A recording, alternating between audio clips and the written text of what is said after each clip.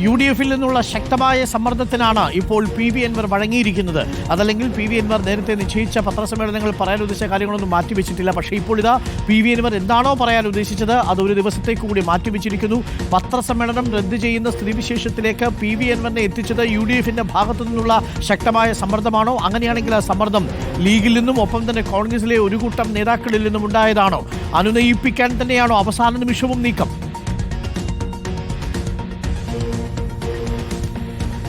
അരുൺകുമാർ, ഏറ്റവും നിർണായകമായ ഇടപെടൽ നടന്നിരിക്കുന്നത് മുൻ KPCC അധ്യക്ഷൻ കെ സുധാകരന്റെ ഭാഗത്തുനിന്നാണ്. കെ സുധാകരന്റെ ഇടപെടലിന് തൊട്ടുപിന്നാലെയാണ് PV അൻവർ ഈ വാർത്താ സമ്മേളനം റദ്ദാക്കിയത് എന്ന സൂചനകളാണ് ഇപ്പോൾ നമുക്ക് കോൺഗ്രസ് നേതൃത്വത്തിൽ ലഭിക്കുന്നത്. ഇന്നലെ രാത്രി KPCC അധ്യക്ഷൻ സണ്ണി ജോസഫ് കെ സുധാകരനെ വീട്ടിൽ സന്ദർശിച്ചിരുന്നു, കൂടിക്കാഴ്ച നടത്തിയിരുന്നു. KPCC നേതൃത്വത്തിന്റെ ആവശ്യം മുന്നോട്ട് വെച്ചു.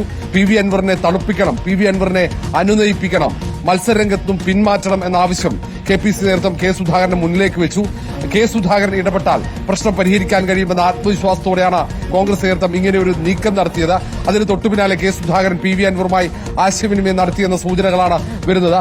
കെ സുധാകരന്റെ ഏറ്റവും നിർണായകമായ ഇടപെടലാണ് ഇപ്പോൾ ഈ വിഷയത്തിൽ ഉണ്ടായിരുന്നത്, PV അൻവറിന്റെ വിഷയത്തിൽ. കാരണം PV അൻവറിന് നേരത്തെ KPCC അധ്യക്ഷനായിരിക്കെ കെ സുധാകരനാണ് ഉറപ്പ് നൽകിയത് UDF-ലെ പ്രവേശനം. അതിനു പുറമെ ഇവിടെ സ്ഥാനാർത്ഥി നിർണയവുമായി ബന്ധപ്പെട്ടടക്കം കെ സുധാകരൻ നൽകിയ ഉറപ്പ് അത് പാലിക്കപ്പെട്ടിട്ടില്ല എന്ന പരാതി ആദ്യഘട്ടം മുതൽ തന്നെ ഉയർത്തിയിരുന്നു. കഴിഞ്ഞ ദിവസം വാർത്താ സമ്മേളനത്തിൽ ഈ കാര്യത്തിലുള്ള അനിഷ്ടം കെ സുധാകരൻ പ്രകടിപ്പിക്കുകയും ചെയ്തതാണ്. ഈ ഒരു പശ്ചാത്തലത്തിൽ കെ സുധാകരൻ ഇന്നലെ KPCC അധ്യക്ഷൻ സണ്ണി ജോസഫ് സന്ദർശിച്ചതും ആ രാത്രിയുള്ള ആ കൂടിക്കാഴ്ച ഏറ്റവും നിർണായകമാണ്. കാരണം പ്രധാനപ്പെട്ട പല നേതാക്കൾ ഇടപെട്ടിട്ടും PV അൻവർ അനുനയത്തിന് തയ്യാറായിരുന്നില്ല. ഒടുവിൽ ഇപ്പോൾ കെ സുധാകരന്റെ നീക്കത്തിന് മുന്നിൽ അത് ഒരുപക്ഷെ വിജയം കാണാനുള്ള സാധ്യതയാണുള്ളത്. കാരണം മുസ്ലിം ലീഗ് നേതാക്കൾ പലവട്ടം ചർച്ചകൾ നടത്തി. പിന്നീട് KC വേണുഗോപാലിന്റെ നിർദ്ദേശപ്രകാരമുള്ള ഒരു ദൌത്യ സംഘം PV അൻവറിന്റെ വീട്ടിൽ കണ്ടു. രമേശ് ചെന്നിത്തല ഇടപെട്ടു. എന്നിട്ടൊന്നും പ്രശ്നം രമ്യമായി പരിഹരിക്കാൻ കഴിഞ്ഞിരുന്നില്ല. ഒടുവിൽ ഇത് കാര്യങ്ങൾ കൈവിടുന്നുവെന്ന് മനസ്സിലാക്കിയപ്പോഴാണ് KPCCയുടെ പുതിയ നേതൃത്വം ഇങ്ങനെയൊരു നിർണായക നീക്കം നടത്തിയത് എന്ന വിവരങ്ങളാണ്. ഏതായാലും ഇനി അനുരഞ്ജനത്തിലുള്ള വാതിൽ തുറന്നിട്ടിരിക്കുന്നു.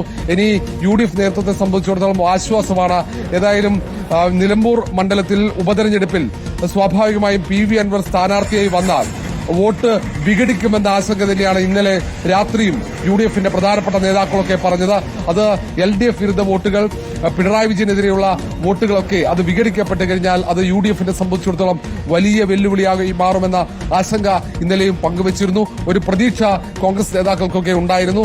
ഏതെങ്കിലും ഒരു ഘട്ടത്തിൽ ഒരേ നിലപാട് സ്വീകരിക്കുന്ന ആളായതുകൊണ്ട് PV അൻവർ UDF-നൊപ്പം വന്നേക്കുമെന്ന ഒരു പ്രതീക്ഷ. ആ പ്രതീക്ഷകളൊക്കെ തെറ്റിച്ചുകൊണ്ട് സ്ഥാനാർത്ഥിയാകുമെന്ന ഒരു തീരുമാനത്തിലേക്ക് തൃണമൂൽ കോൺഗ്രസ് എത്തിയപ്പോഴാണ് നിർണായകമായ ഒരു ഇടപെടൽ, ഒരു അവസാനവട്ട ശ്രമമാണ് കോൺഗ്രസ് നേതൃത്വത്തിന്റെ ഭാഗത്ത് ഉണ്ടായിരിക്കുന്നത്.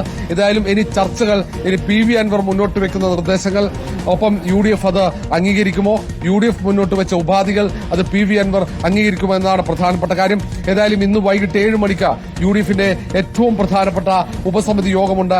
അത് 7 മണിക്ക് ഓൺലൈൻ വഴിയാണ്. ഇനിയിപ്പോൾ ഇങ്ങനെ ഒരു സാഹചര്യത്തിൽ അനുനയത്തിനുള്ള സൂചന PV അൻവർ നൽകിയ സാഹചര്യത്തിൽ, ചർച്ചകൾക്ക് വഴിയൊരുങ്ങിയ സാഹചര്യത്തിൽ അതിനു മുമ്പ് കൂടിയാലോചനകൾ നടക്കാനാണ് സാധ്യത. ഇനിയുള്ള നിമിഷങ്ങൾ ഏറ്റവും തിരക്കിട്ട ചർച്ചകളാണ്. സ്വാഭാവികമായും ഇനി കൂടിയാലോചനകൾ സജീവമാവും. അല്പസമയത്തിനകം സണ്ണി ജോസഫ് നിലമ്പൂരിൽ എത്തിച്ചേരും. അതിനു പുറമെ പ്രതിപക്ഷ നേതാവ് VD സതീശൻ എറണാകുളത്തേക്ക് പോകാനാണ് നേരത്തെ തയ്യാറായത്. ഒരുപക്ഷെ യാത്ര റദ്ദാക്കുമോ എന്ന് വ്യക്തമല്ല. PK കുഞ്ഞാലിക്കുട്ടി അടക്കമുള്ള നേതാക്കളുണ്ട്. ഇതിൽ ഏറ്റവും നിർണായകമാവുക കെ സുധാകരന്റെ ഇടപെടലായിരിക്കും. കാരണം കെ സുധാകരനുമായി വളരെ അടുപ്പമുണ്ട് PV അൻവറിന്. കോൺഗ്രസിൽ PV അൻവർ ഉള്ള ഘട്ടത്തിൽ കെ സുധാകരന്റെ വിശ്വസ്തനായിരുന്നു. അതുകൊണ്ട് കെ സുധാകരന് PV അൻവറിന്റെ നിലപാടിനെ ഒരുപക്ഷെ സ്വാധീനിക്കാൻ സാധിക്കും, അല്ലെങ്കിൽ അനുരഞ്ജനത്തിന് വഴിയൊരുക്കാൻ സാധിക്കും എന്ന കണക്കുകൂട്ടൽ തന്നെയാണ് KPCC നേതൃത്വത്തിന്. അരുൺകുമാർ.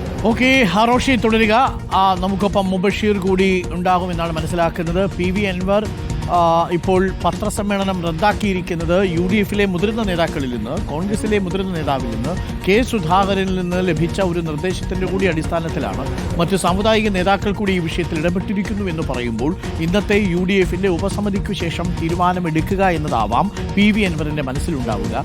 ഇന്നലെ ചേർന്ന തൃണമൂൽ കോൺഗ്രസിന്റെ സംസ്ഥാന സെക്രട്ടേറിയറ്റിൽ PV അൻവർ മത്സരിക്കണം എന്ന നിലപാടിലാണ് എത്തിച്ചേർന്നിരുന്നത്. ഇന്നത്തെ സംസ്ഥാന സമിതിയുടെ അനുമതി കൂടി വാങ്ങിയതിനു ശേഷം PV അൻവർ തിരഞ്ഞെടുപ്പ് കളത്തിലേക്ക് ഇറങ്ങുമെന്നാണ് ധരിച്ചിരുന്നത്. അതിനുള്ള പ്രാരംഭ പ്രവർത്തനങ്ങൾ തുടങ്ങുകയും ചെയ്തിരുന്നു PV അൻവർ. എന്നാൽ ഇന്ന് പുലർച്ചെ ചില ടെലിഫോൺ കോളുകൾ വരുന്നു. അത് UDF-ലെ മുതിർന്ന നേതാക്കളുടെ, പ്രത്യേകിച്ച് കോൺഗ്രസിലെ തന്നെ കെ സുധാകരൻ അടക്കമുള്ള നേതാക്കൾ PV അൻവറിനോട് ഇപ്പോൾ പത്രസമ്മേളനം നടത്തരുതെന്നും ആര്യാടൻ ഷൗക്കത്തിനെതിരെ കൂടുതൽ പ്രതികരണം നടത്തരുത് എന്നുള്ള നിർദ്ദേശമാണ് നൽകിയിരിക്കുന്നത് എന്നാണ് നമ്മൾ മനസ്സിലാക്കിയിരിക്കുന്നത്. ഈ പശ്ചാത്തലത്തിൽ കൂടിയാണ് ഒരു ദിവസം കൂടി കാത്തിരിക്കാൻ PV അൻവർ തയ്യാറാകുന്നതും.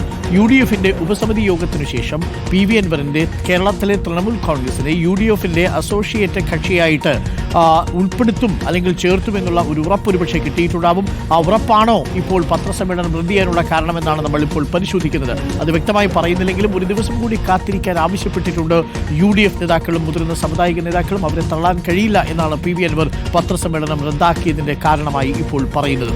ഒരു പകൽ കൂടി കാത്തിരിക്കും PV അൻവർ. ആ പകൽ ഒടുങ്ങുമ്പോൾ എന്ത് എന്നുള്ളതാണ് ഏറ്റവും പ്രധാനപ്പെട്ട ചോദ്യം. ഇന്നത്തെ UDF ഉപസമിതിയിൽ PV അൻവറിനെ UDF-ലേക്ക് സ്വീകരിച്ചു എന്ന നിലപാടാണോ വരിക? അങ്ങനെയാണെങ്കിൽ PV അൻവറിന് അത് രാഷ്ട്രീയമായ ഒരു വിജയമാണ്. കാരണം UDF-ലേക്കുള്ള പ്രവർത്തനം, UDF-ലേക്കുള്ള പ്രവേശനം, UDF നേരത്തെ നിഷ്കർഷിച്ച ഔപാധികളൊന്നുമില്ലാതെ തന്നെ PV അൻവറിനെ സ്വാഗതം ചെയ്യുന്നുണ്ടെങ്കിൽ അത് PV അൻവറിന്റെ ഇപ്പോഴത്തെ നിലപാടിന്റെ ഒരു വിജയമായിട്ട് കണക്കാക്കേണ്ടി വരും.